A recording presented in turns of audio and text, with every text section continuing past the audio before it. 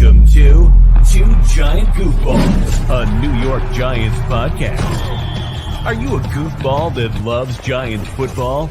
If so, sit back and relax as we talk about the team that both excites and frustrates us so much.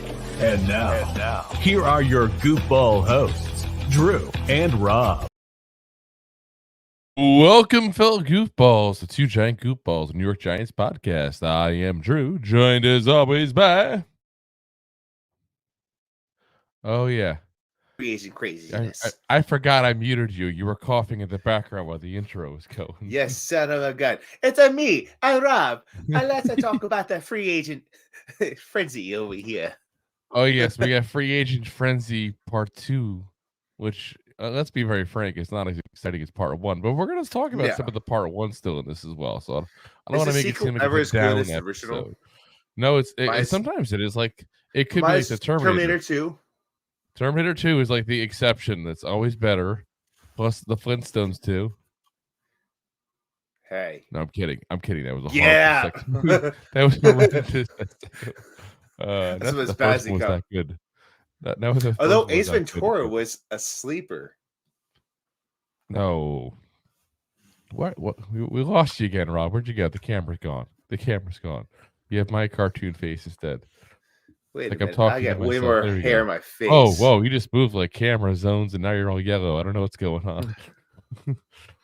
Yeah, my camera's giving me some problems here. Ayo. Womp womp. All right. Well, let's break out into a little time to talk about some free agent frenzy here because, yeah, it's going on. And like I said, it's not as crazy as last time there, guys, but it's still going on. Is my drug of choice. Handshake's better than my Rolls Royce. I don't know about you guys, but I love that song. It was glorious for that. I found, so for those who aren't aware, you got to be careful. Obviously, we do this kind of stuff. What kind of songs, what kind of music you use, that kind of stuff, so you don't get dinged and muted and excommunicated from YouTube and all that kind of stuff. There's a site called Pixabay, and I just looked in like money. I was looking just money because this was a free agency, and oh my god, that song came up, and I was like, this is the one. This is the song for that video. There could be no other. Money. All right, let's get into the free agent moves we make here. So we're going in chronological order, partially because that means I think one of the more exciting ones goes last, which I kind of like there. Oh yes. So the very first one we got here, guys, for you is a wide receiver, Isaiah McKenzie. Now, you may remember him because back in the day, he made fun of Giants fans. Said that we only go to the stadium for the food, basically, and the beer. Well, guess who's coming along? Yeah. Guess our money's not so bad, Isaiah, huh? Yeah. Yeah. He's coming here for the money and the beer as well. For the food and beer. First off, we don't go to the game for the money and the beer. We go there for the free medium Cokes, okay? God damn it. Yeah. The free Who wants to pay for a Coke there? $15 a beer? The whole reason. Oh my god. It never ceases. No wonder why we tailgate before the game. It never ceased to amaze me how much a beer costs at a stadium. It's goddamn ridiculous. All right. So Isaiah, we got him on a 1-year deal. I haven't seen anything numbers wise here, but I have to imagine it's a very minimal deal. It's probably just like the veteran minimum kind of thing. I actually even seen people suggest that he's probably going to be competing with Gunnar Olszewski basically in camp for the same exact spot. Yeah. So I think I kind of like him better than Gunnar though, because he at least provides something on offense. His nickname, by the way, Lil Dirty. And I'm not sure if that's a football nickname or a bedroom nickname or what the deal is at that point. Or in the bathroom nickname. Oh gosh. 28 years old, 5'8", 173 pounds. Like talk about a guy you would not expect to be a football player, professional football player. Yeah. That's a little crazy. Last year, he played with the Colts on a 1-year deal, 13 games, 2 starts, 11 receptions, 82 yards, a 64.7 PFF grade. Only played 13% of the snaps for the Colts last year. The big thing for him with the Colts was his punt and kickoff returns. 23 Special punt teams. returns, 204 yards. It's an 8.9 yard per average. With 6 kickoff returns, 152 yards, which is a 25.3 yard average there per return. So not a bad returner. And again, he may be fighting it out with Gunnar Olszewski for a spot there when they all says and done here. But the big thing for me is he does provide things on offense. Obviously, last year with the Colts, he didn't provide a lot. If you go back to the year before, which was his last year with the Bills, 15 games, 8 starts, 42 receptions, 423 yards, and 4 touchdowns, played in 54% of the offensive snaps. So, yeah, he's your solid wide 4. yeah, he's a bottom of the barrel kind of receiver. I'm not trying to make him seem like he's going to be, the second coming of OBJ here, but if you can get a guy who provides something in offense while also being a returner, was a value to that over a guy who's just a returner. Or what's with the you could Giants also picking up Isaiah's from the Bills? I gotta say, I still have trouble when I'm doing show notes trying to figure out how to spell Isaiah. I don't know why. It's just the A and then the I and the A in the middle. It just confuses the hell out of me when I go to. I'm not a good speller. I'm not a good speller. What's that song back in the day? Yeah, let's go with that. I forgot the song, but it's like, I'm a bad speller. It is what it is. But anyway, slot receivers got 50 career rushes as well. Spent 5 of his 8 seasons in Buffalo, so he's got experience, obviously working with Dable when he was there as an offensive coordinator. So yeah, I mean they're bringing another name they know. They're bringing in a guy who provides something we need. Let's be honest. We had issues like crazy until Gunnar got here with punt returns. Our kickoff returns were never anything really that special. Still the whole season. Eric Gray was a busted pick last year. Listen, my theory on Eric Gray. Eric Gray never should have been drafted to begin with. He never should have been on the roster. He never should have been so many things. It's not even funny. I'm not an Eric Gray fan. I'd love to be wrong and love for him to run for 1,000 yards this season and prove me wrong. Do it, Eric, please. Yes, but if you're listening, do it. Prove us I wrong. doubt you will to prove me wrong. Do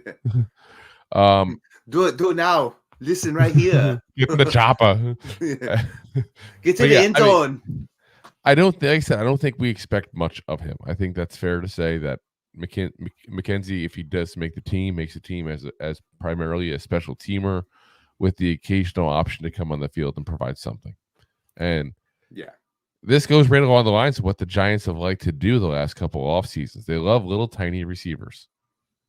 I don't know what it is. We're just like, are you an undersized receiver? Do you have injury issues? Have we the team? Are you waiting to hit puberty? Come on to the Giants. It's weird. I get it. You want slot receivers. You want to have a quick, fast-paced offense and stuff like that. But it's just that's tiny. That's Tank Dell tiny, but without the production.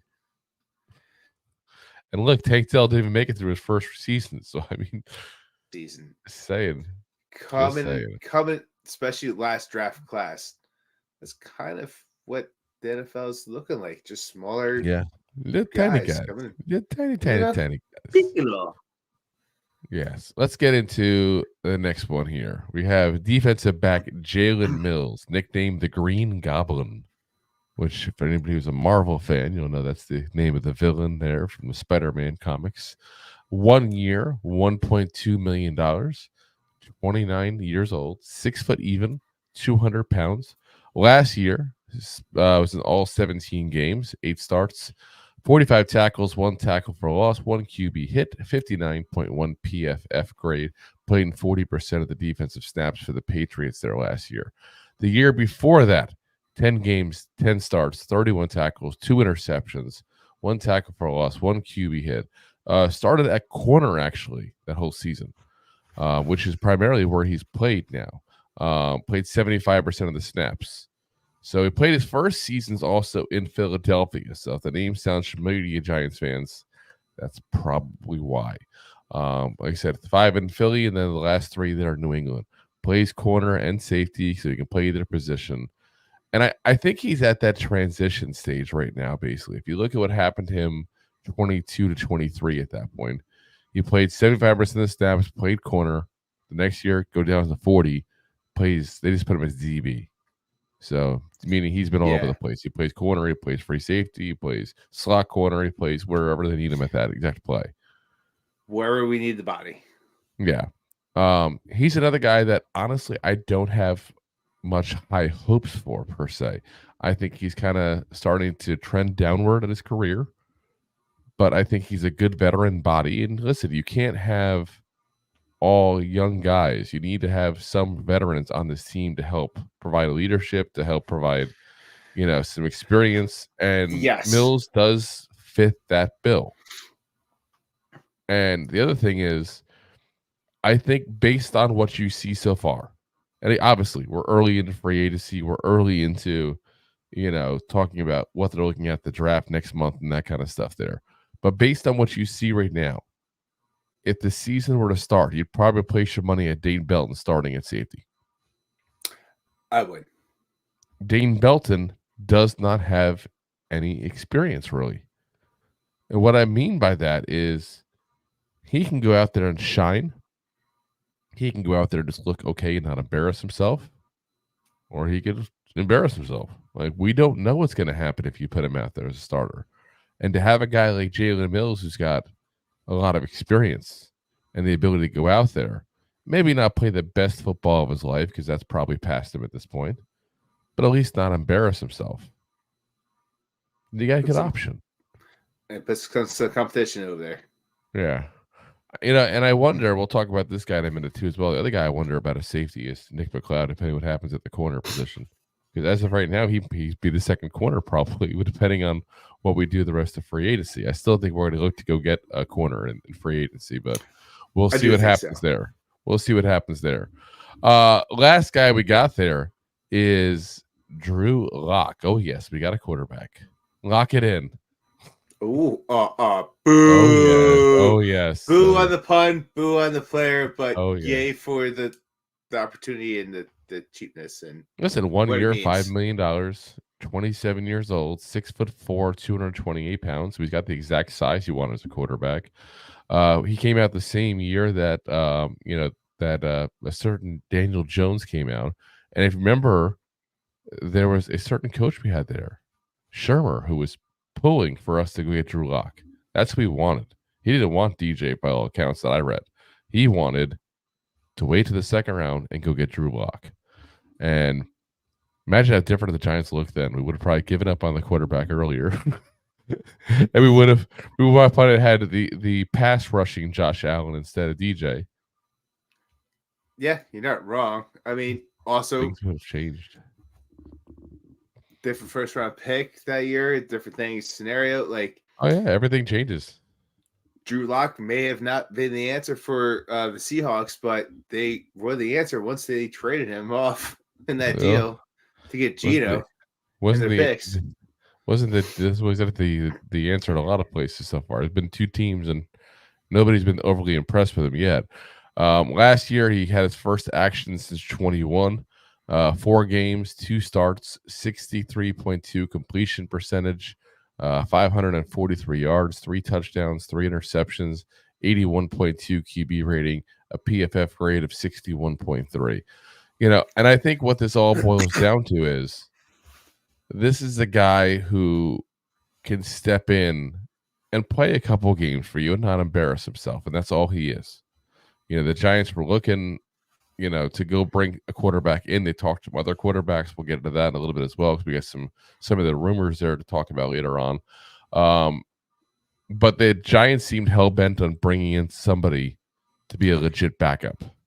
Now, yes, they wanted to bring another Tyrod that's not going to cost them $9 million.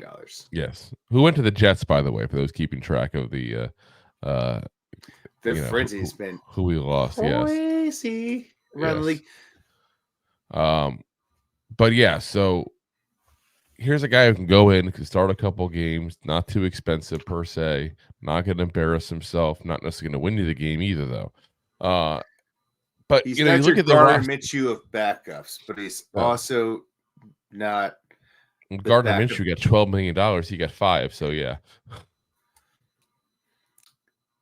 little difference in price. How sad is it that a backup, basically a glorified backup quarterback, got as much money as Saquon? Think about that. There's only $1 million difference there. I mean, yeah, well, his scenario is a little different, but that's also. I'm just saying. I'm just saying. This episode. I'm just saying. I mean, there's this offseason has been a little crazy. It's been a little crazy. Yeah.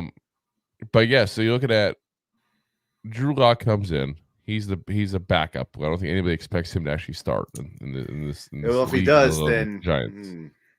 But here's where I'm looking at. You got Drew Lock now is a legit backup quarterback. You got Daniel Jones coming off the injury. You got Tommy DeVito at that point still. And you still got the rumors that a lot of us, including myself, expect us to go ahead and draft a quarterback. That 100%. That's 4 quarterbacks, guys. What does that tell you? That's an odd man out here scenario. One of these guys don't belong. Can you figure out which one doesn't belong? Yeah. I'm just saying. I think it's Tommy DeVito at that point. Which one of these guys don't belong? Can you figure out which I one don't of these think the guys Giants don't belong? hate DeVito. I think they want to keep him on the practice squad if they can, but I think that's where the goal is. I think the goal, honestly, is to go ahead and put him on the practice squad, draft a quarterback, put Drew Lock in at that point as well. Let the two of them compete out for the starting spot. And as much as they're saying they have faith in Daniel Jones, I don't think they want to see DJ on the field at all this year. Because here's the problem you run into. If he gets hurt in any way, shape, or form, his cap number doubles next year we cut him because of injury guarantees. You need him fully healthy at the end of next season.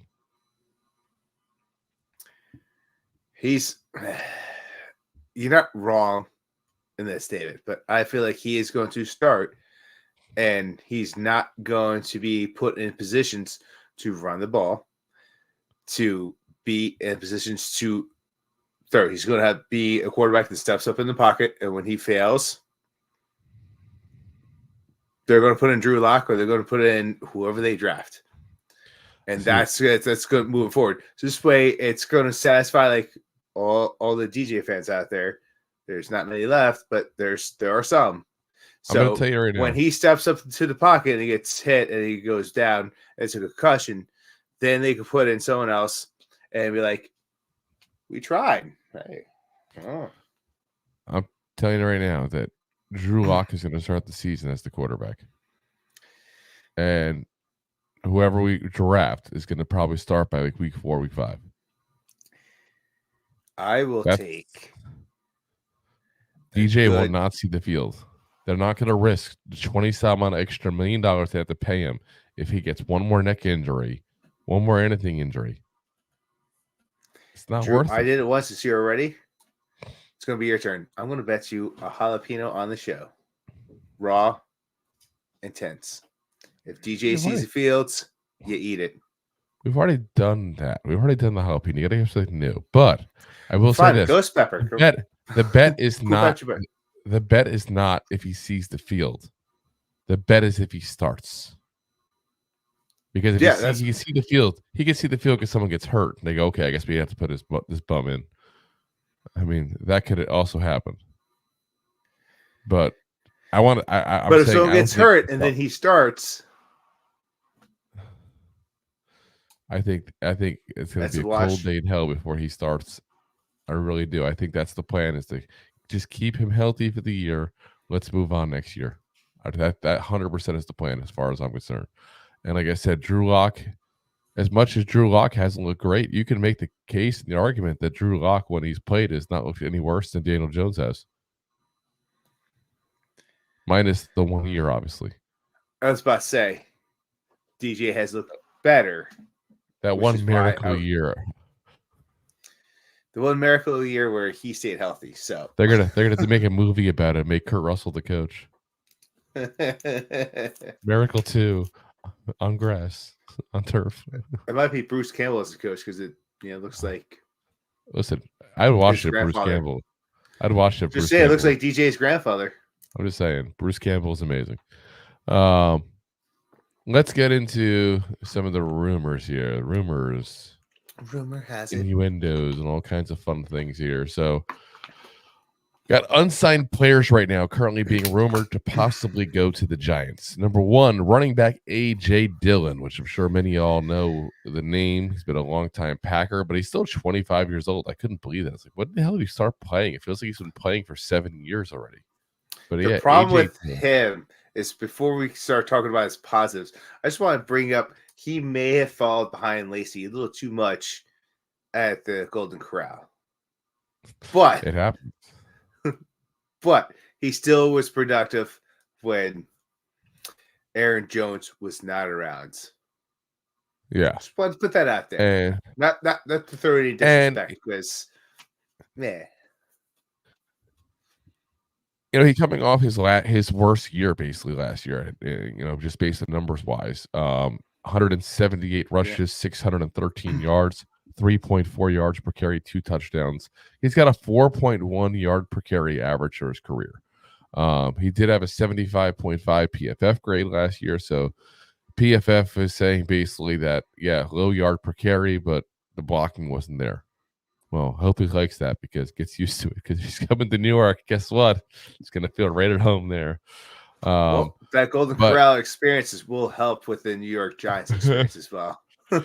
I just feel like if you can get a guy like AJ Dillon and you can get him cheap, it's not a bad deal. But my thing is, I guess I was kind of hoping one or two guys maybe we draft and just get a couple young running backs, and then another year or two let Singletary go, and just get a couple guys with rookie deals, and just that's your running game. I don't. I mean, do I want to go out and sign a bunch of guys like that? I don't. But then again, we could get Singletary, we could get AJ Dillon, and we could probably get one more guy for the same cost of what it would cost us to sign Barkley, maybe even cheaper. Yeah. I like to get the one other guy, and that's part of it is the cheapness. Yes, and especially for the cost, because AJ Dillon was a pretty solid running back in the league because he was number 2 to Aaron Jones. Behind number 2 book for? Well, at the time it was Aaron Rodgers, and then it was Mr. Love himself. Yeah, but they call him Dr. Love. Oh, or his love gun. I don't know. So many Kiss references. But I mean, my thing is he's not going to be a veteran minimum deal probably. Let's be honest. I think somebody's going to see some value in him and pay him some money. I'm not saying tons of money, but let's say we pay him $4 million. We already paid $6.5 million to Singletary, if I remember right, the numbers from Monday. So now you're talking $10.5 million. You're getting to the point where you may as well pay Saquon.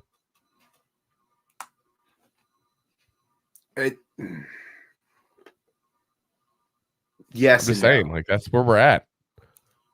Yes, you can say all your eggs aren't in one basket, and it's not a weak wicker basket that could break and fall apart any moment here. But still, I mean,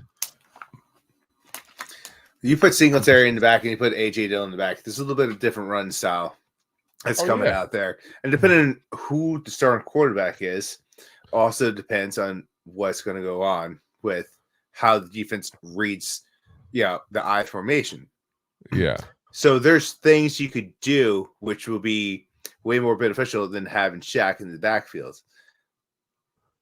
Not to say any of these guys will run like he has in the past, because let's be real. Barkley has been one of the best run backs in the league since he came. But production-wise, with the two guys at a cheaper cost, it could be a net beneficial. But it gets to the point if you're paying them both that kind of money, you're not necessarily saving that much. You're saving a couple million.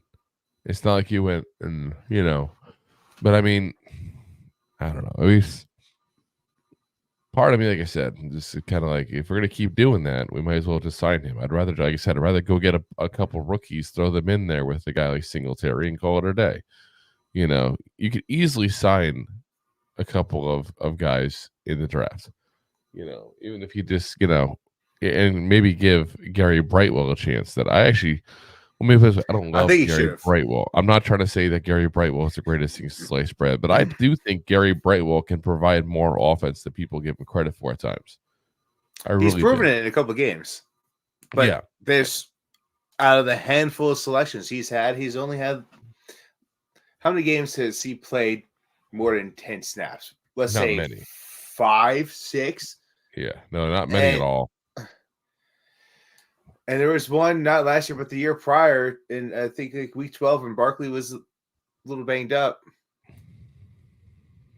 and or was it DJ who was banged up and he was back behind Jack?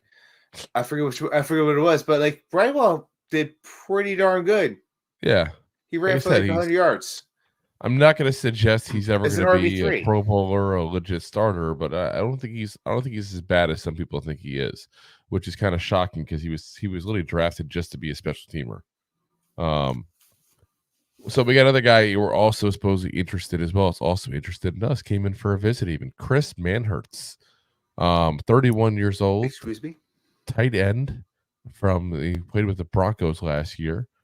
16 games, 4 starts, 2 catches, 18 yards, and a touchdown. Played 36% of the offensive snaps for the Broncos last year.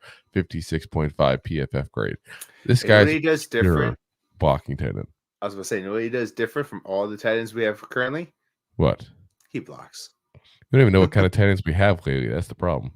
Yeah. I figure what's going on Waller still.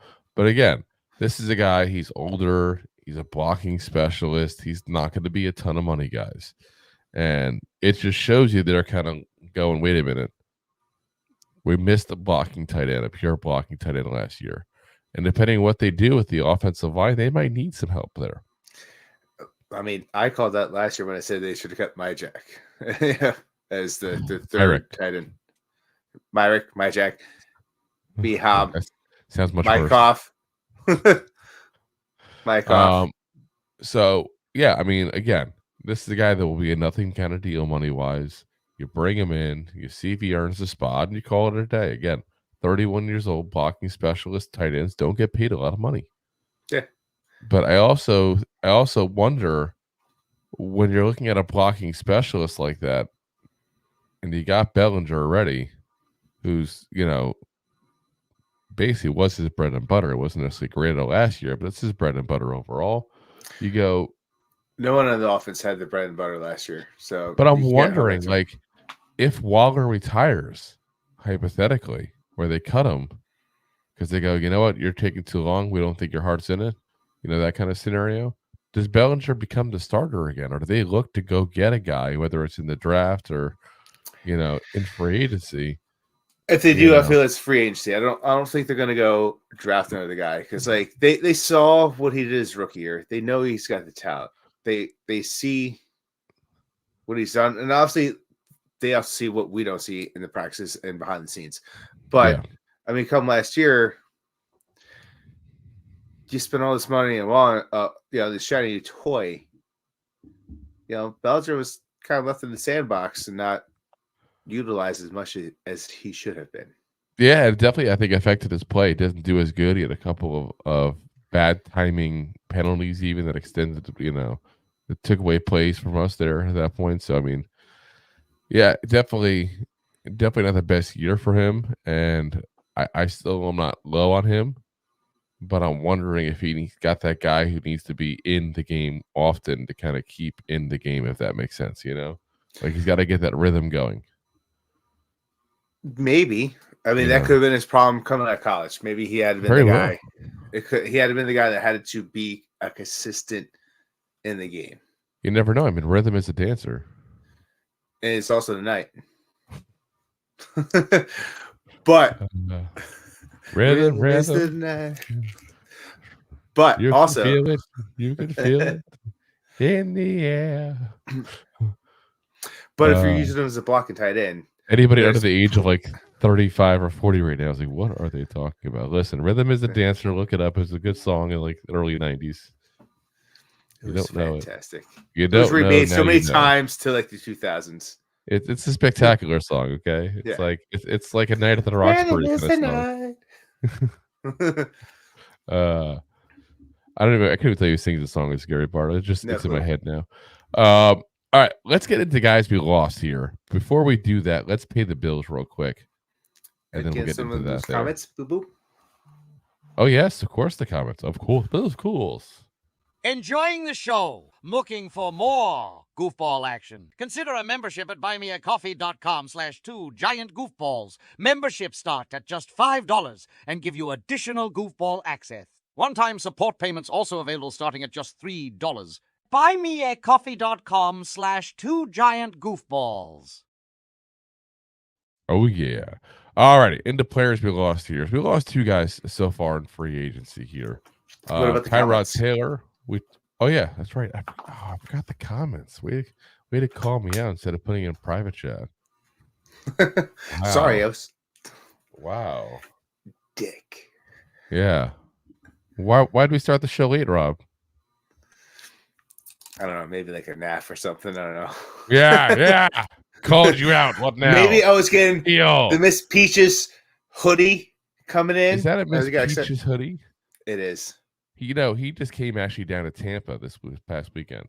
It was a big thing around here. It was all throughout like places near my house and everything. Because Miss Peaches had a photo shoot down there. You know what? And I can't help but I think of the peaches, and I still go Jack Black. Peaches. Oh my god, I can't believe shirts and everything. Don't let my wife see that. Well, when I'm serious, right now. kidding. I'm not kidding. She'll want it. 65 hours later. She shows me all of a sudden she cares about Barstool Sports because of peaches. So I was like, oh, with the charity. Miss Peaches looks like my guy. All right, let's get into the comments though. Deb says, "What does the signing of Drew Lock mean for DeVito?" Yeah, we kind of went over that after there, but again, I think DeVito's is an afterthought. I don't think the Giants are planning for DeVito. Like if he's there, great, but I don't think they have like any set plans. Like, oh, we need DeVito for this. Unless we're having a chicken farm night. Yes, we need yeah. Other people can make hand motions. We're okay. Connor says, rushing yards, Texans based on first, second downs. Is Singletary good for us? Chase Young, good fit for Giants. And what's to prevent a team to tell a guy, you come here, I'll pay you on the side since Cap can't pay you. All right, let's go bit by bit because Connor gave us a couple questions here. I know, sheesh. Usually Connor's no punctuation. Doing lyrics with us. That's it. So, rushing our Texans bad on first again. I mean, the Texans were definitely not a good running team last year. That's for sure. No.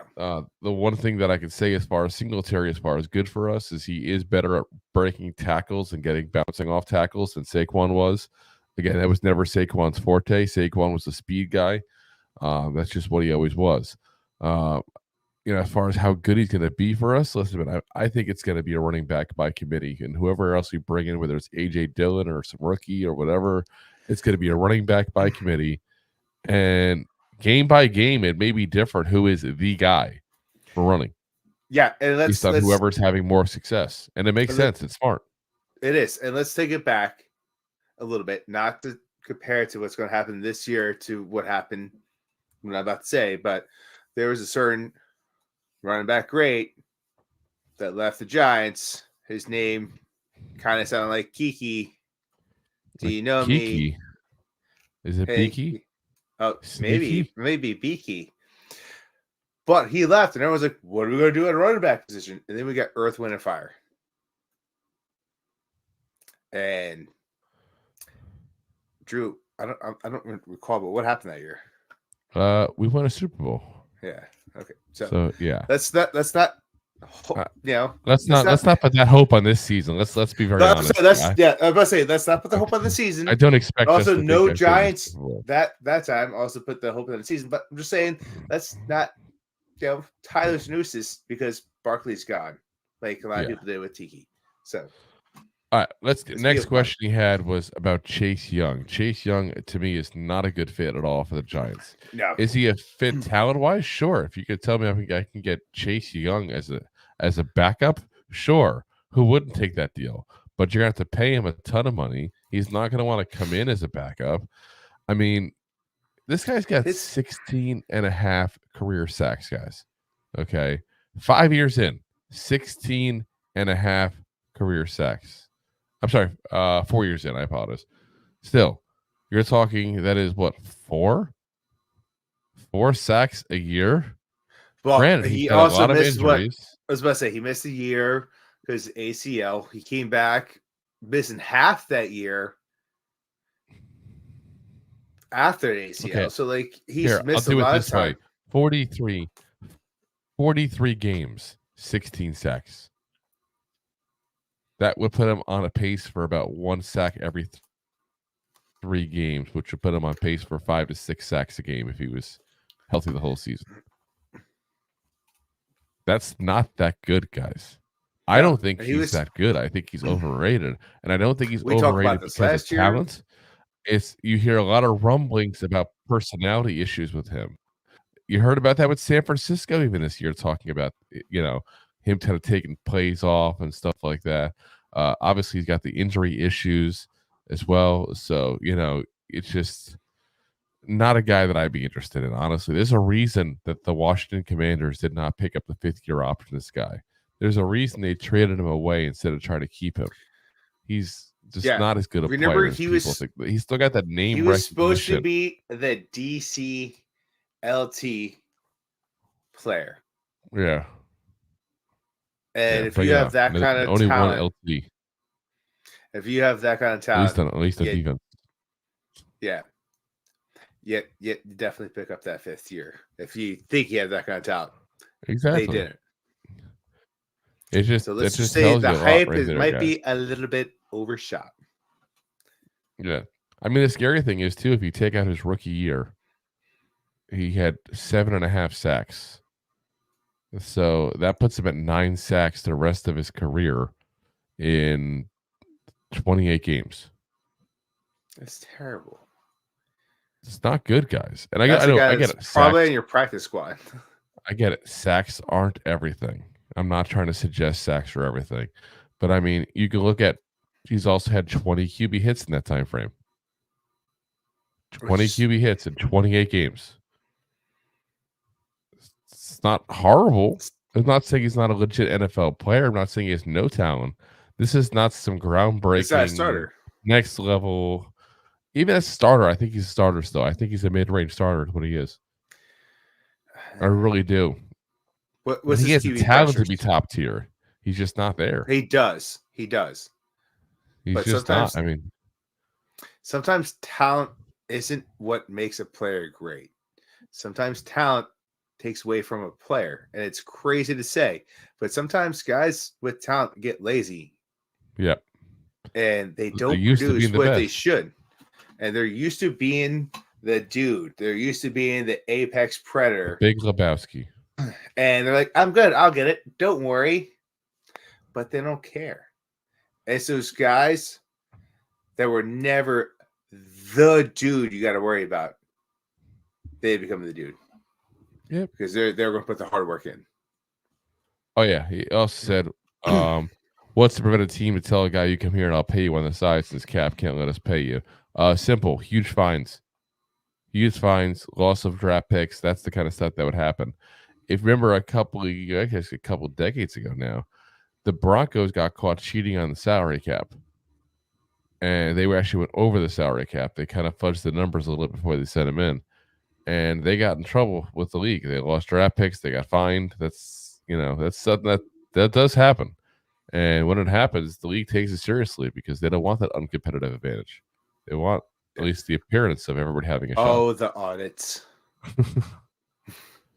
Big Blue for life, 57 Ortiz. What's up, Big Blue? Drew and Rob, what's going on, fellas? What's up, man? It says, let's go Giants. There we go. I like a nice positive message there. There's not a lot of positive Giant fans nowadays. Timothy says, hey, Drew and Rob, should the Giants sign Eric Armstead if they restructure Andrew Thomas and Dexter Lawrence's contracts? I don't think so, personally. I don't think it's quite a fit. I think the issue is just that we have so many holes right now that if you're going to tell me we're going to free up some money, I'm going to go get a corner. I'm going to go get maybe another guard. I'm going to go get maybe I wouldn't say a top flight receiver, but Calvin Ridley, my heart been broken today, and he got signed to the Titans. But, just somebody that could improve an area that's already bad. Now, we definitely need some more defensive line help, don't get me wrong, but I think we're not looking at that top tier. Our top tier defensive lineman is Sexy Dexy. We already got that. We're done. We got him. We got the two, really good edge rushers. You just want to get some guys that can play the defensive line and play solid. You don't need to play go out and get Eric average to Armstead. bunch. Yeah, play an average above average, and they still could be a top tier. Yeah, Armstead's going to get paid probably $20 million a year. Well, yeah, we can't afford that. Yeah, he's that good. We don't got that kind of money. I was still shocked we somehow pulled $30 million a year out of our butt for Brian Burns, but we'll get more into that in a little bit there. Connor says, you wanted the best, you got the best. The hottest band in the world, Kiss. Exactly. See my vest. Oh, yeah, he made a mistake. He said best, not best. I just corrected it. I know. Connor says, get Brock Bowers or Stover in draft for tight end. Honestly, I don't want anything to do with Bowers because every single first round tight end seems to be a bust. I don't know what it is. It's just, we've talked about it last year as well. The guys who do well are typically the fourth round tight ends. So go with the fourth round, get whoever you think is the best one available, and move on. That's my advice at that point. Katie says, laughing, and I think she was doing that by our talking about rhythm is a dancer, by the way. Yeah, that was definitely us singing a dance to it. Listen, it's still a spectacular song. By the way, Snap is the name of the group that did that. Oh, Snap. Yeah, so rhythm is a dancer. It's a soul companion. You can feel it everywhere. As he looks up the lyrics.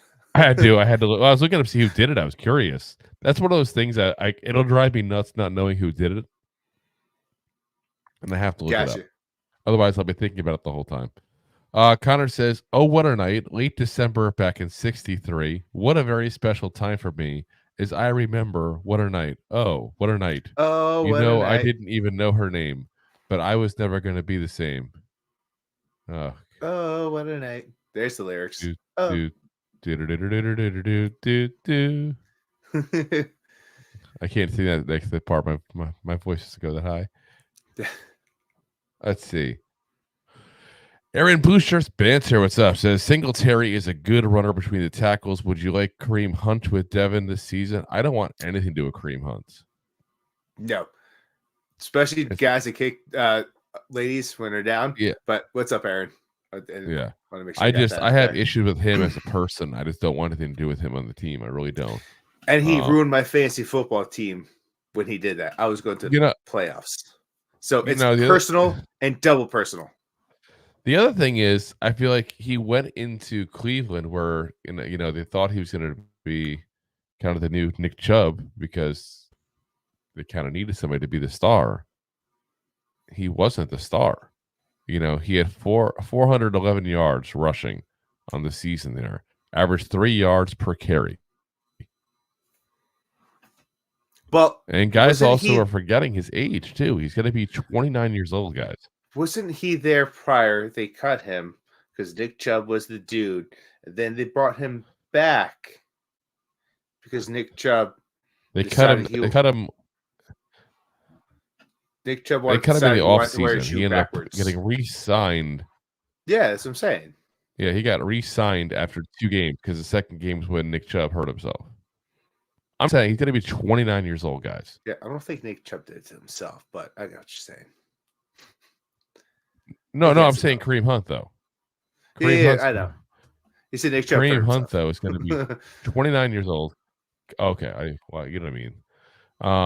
29 years old, coming off a season where he averaged 3 yards a carry. I can't. And like I said, personality issues and all that kind of stuff there. Yeah, and then we already talked about like this thing that happened with Barkley may have been a blessing in disguise because look at his age, look at his injury history. Let's talk about an older guy. Yep. Who also has some injuries. Look at his age. Look at his mental. Look at his age. Yeah. What does it say? His contract's unique. How many incentives do you see? What are you doing?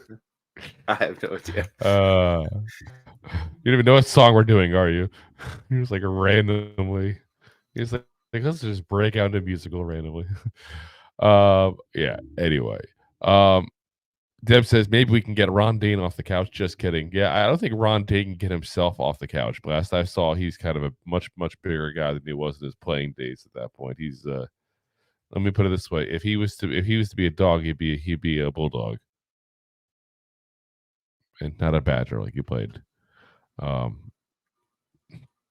have to look to see. Yeah, they still list him at 250 pounds, but I think they're probably listing his playing weight, not his actual weight he is now. Last I saw, he was a big guy. He's a big guy. He's not, it's been 25 years, guys, since he was a Heisman Trophy winner and all. People forget it's been that long. 25 years. I feel old. I feel really old. All right, let's get into our guys that we were linked to as possibly be having interest. I know we already did that. Sorry, players we lost in this free agency here. Ashawn Robinson signed with the Panthers, 3 years, $22.5 million. Not too upset, to be honest with you guys. I thought he was a good player, not a great player. Somebody wants to pay him a lot of money, then far be it, for us to be that guy. We're not going to be that team. We're not going to overpay for guys unless they're really, really good. We will overpay for the really good. We will not overpay for a guy who, is just good. So, yeah, hopefully we can just find someone to replace him at that point there. I mean, let's be very frank and say the Giants will probably draft somebody because that's what the Giants do. We draft defensive line every year. Yep. Defensive line, defensive backs. It's one of the few spots we tend to draft well in too. So, I'll take it. Tyrod Taylor, as you mentioned before, is off to the Jets there. So he didn't want to change apartments. So he just decided to stay put and go into green uniform instead of a blue.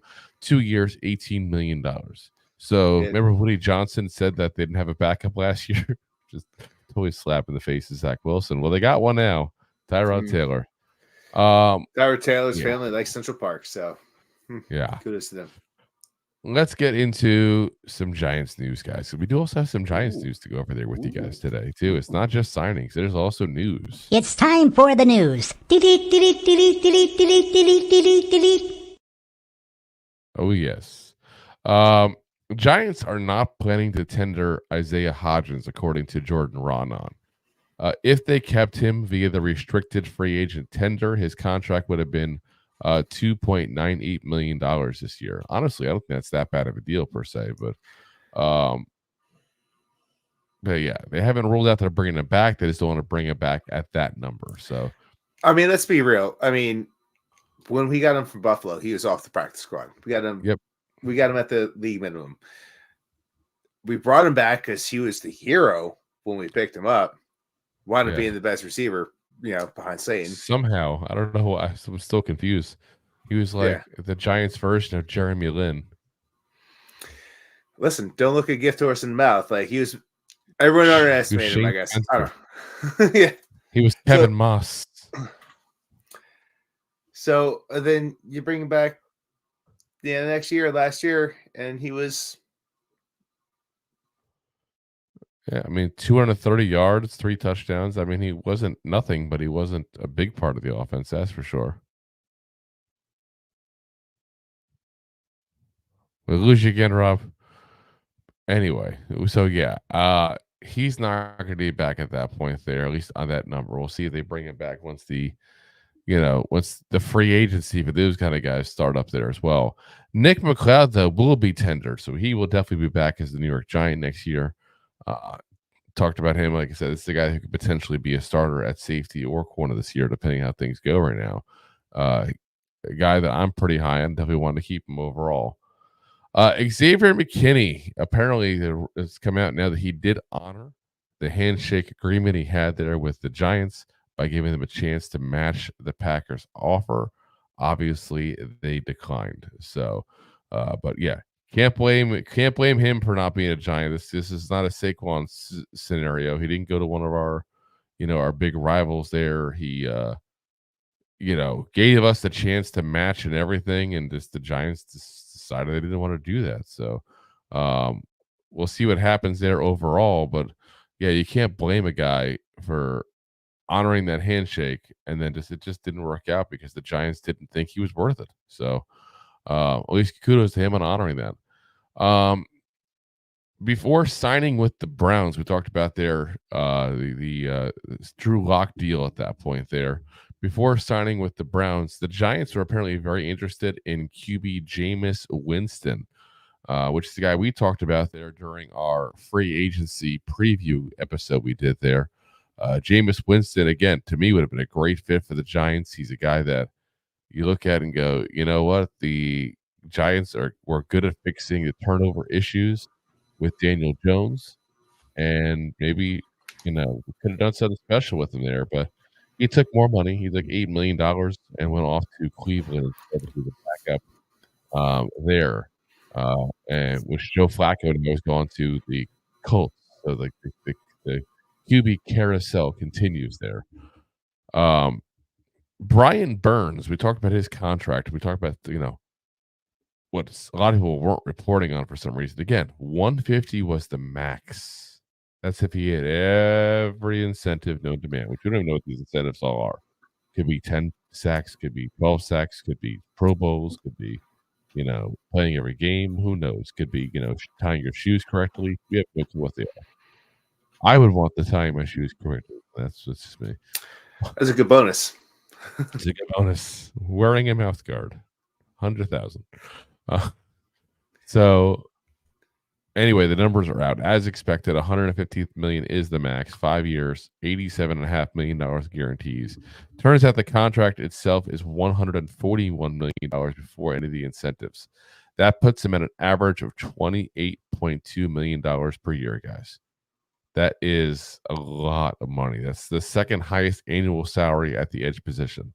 To give you guys a good comparison, Danielle Hunter, who is considered the top free agent at the edge position this offseason. Guy just had 16.5 sacks last year, guys. 2 years, $49 million deal with the Texans. Now, granted, he's a little older. I think he's like 31, Danielle Hunter. So that definitely goes into part of that equation there. But he went $24.5 million. So we're paying almost $4 million more for Brian Burns. Yeah. He's got a lot to live up to with that contract, guys. A lot to live up to. If he puts out an 8-sack number, guys, and then looks like a good edge. I don't think he's any bad player. Don't get me wrong, but if he looks just good or very good, not great, he is not going to like his time in New York, guys. He put a target on his own back with that contract, and that's the demands he had. He said he wanted $30 million a year. He was very vocal on that.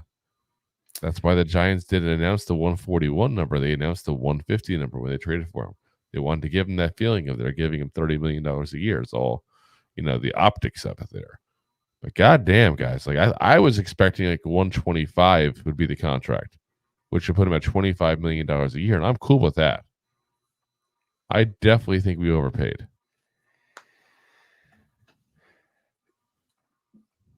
I don't know. Maybe Scouting saw different when they decided to pick up from. I think we overpaid, but we also could be pleasantly surprised because let's not forget, like, he was fairly highly sought out in the draft. When he was. They got him. He went to a very bad team and had no development. A terrible GM, terrible ownership, terrible coaching. And still produced. So now you're telling me this guy could come into a better team, better coaching. I mean, he could surprise a lot of people and be like the dude that should be top paid. Like I said, I'm curious. But that's me being optimistic. I don't like paying on potential. I like paying on actuality.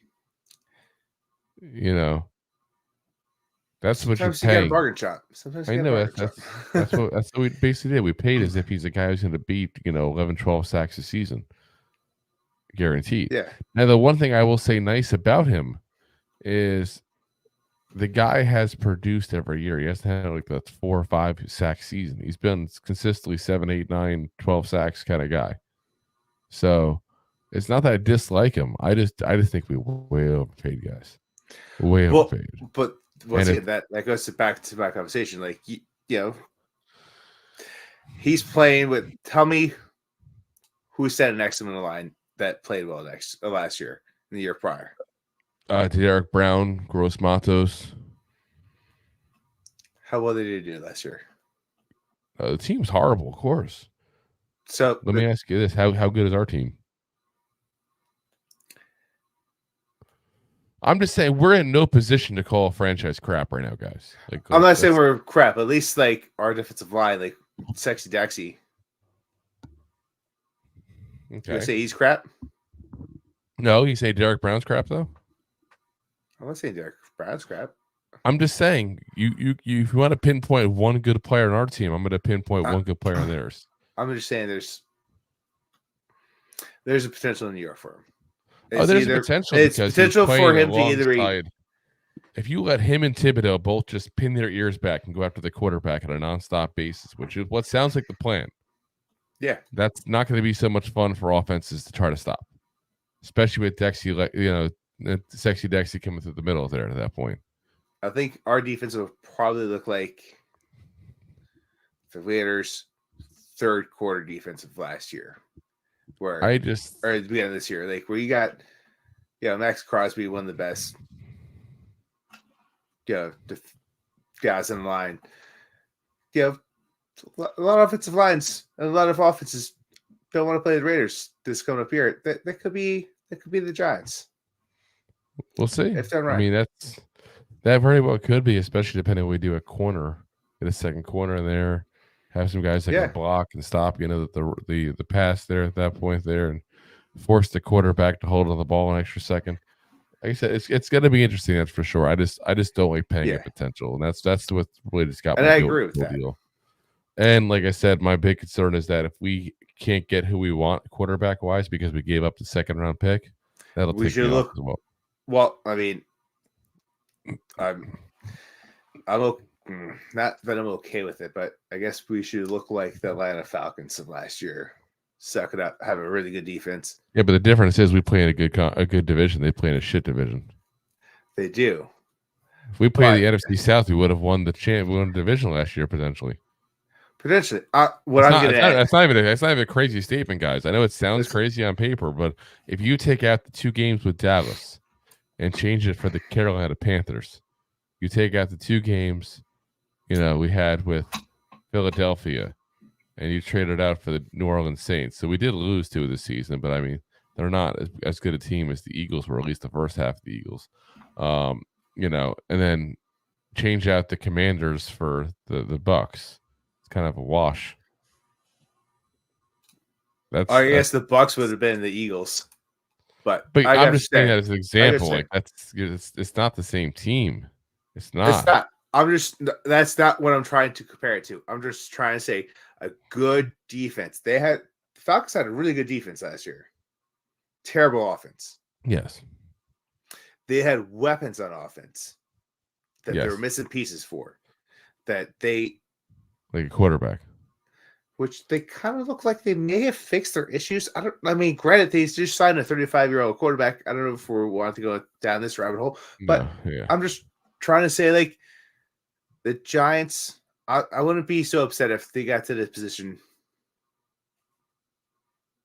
Granted, I want better for the team, but I'm just trying to say, if we look like the Atlanta Falcons, where we're competitive in our division with a really good defense, and then come in the following year with a really good moves at offense. Granted, I want the good quarterback this year. I want everything to happen this year. Eagles are going to fall off. So, hey, Dakota, in the comment section over there. Eagles are on their way off. They're falling off. Look at what the Cowboys did this offseason so far. They, made 3 moves? 2 moves? A couple cuts, and that's it.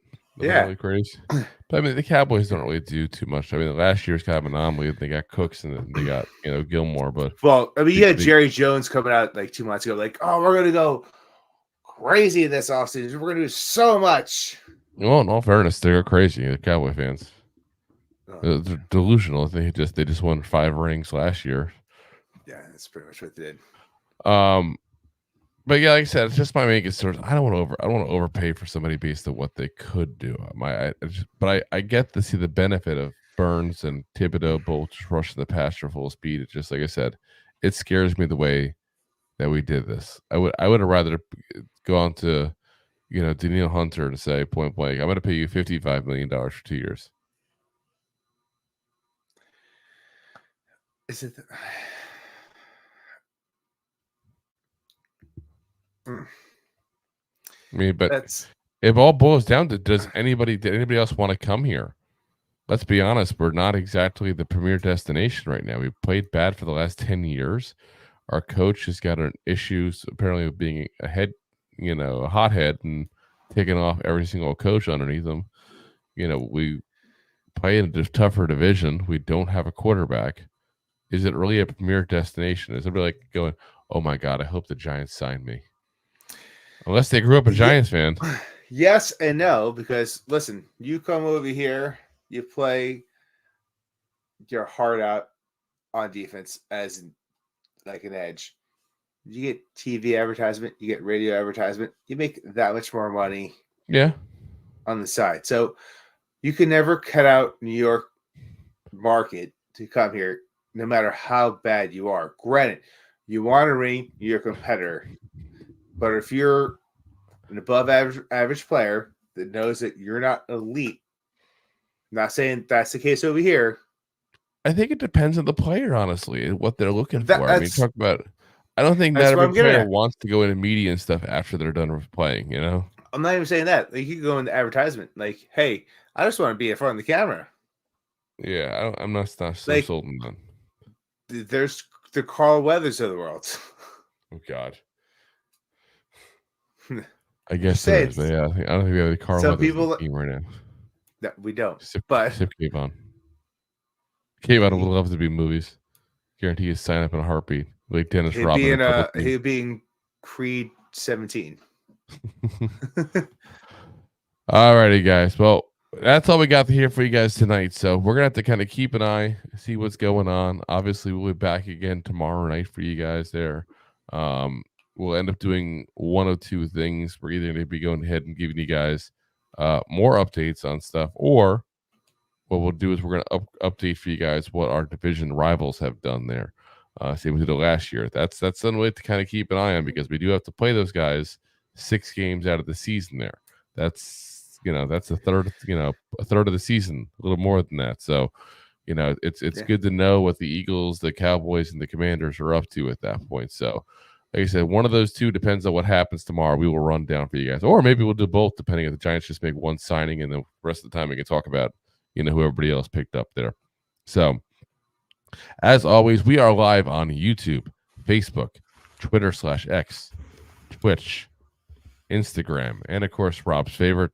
Oh yes, Drew's LinkedIn. My LinkedIn profile. He loves my LinkedIn profile, and of course, as always, we're available the next day on all the audio podcast platforms as well. So we're on iHeartRadio, Spotify, Apple, Amazon, all the big ones there. And of course, if we're not the one you listen to, guys, you're on the wrong one.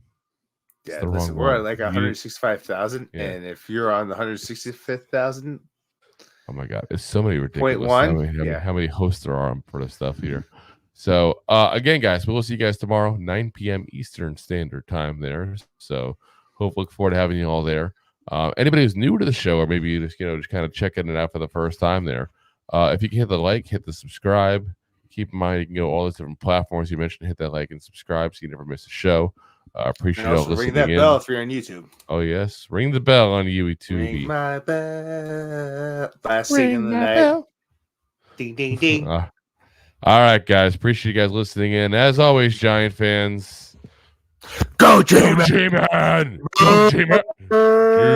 G-Man! Thanks for listening to Two Giant Goofballs, a New York Giants podcast. We appreciate your support. Thanks so much.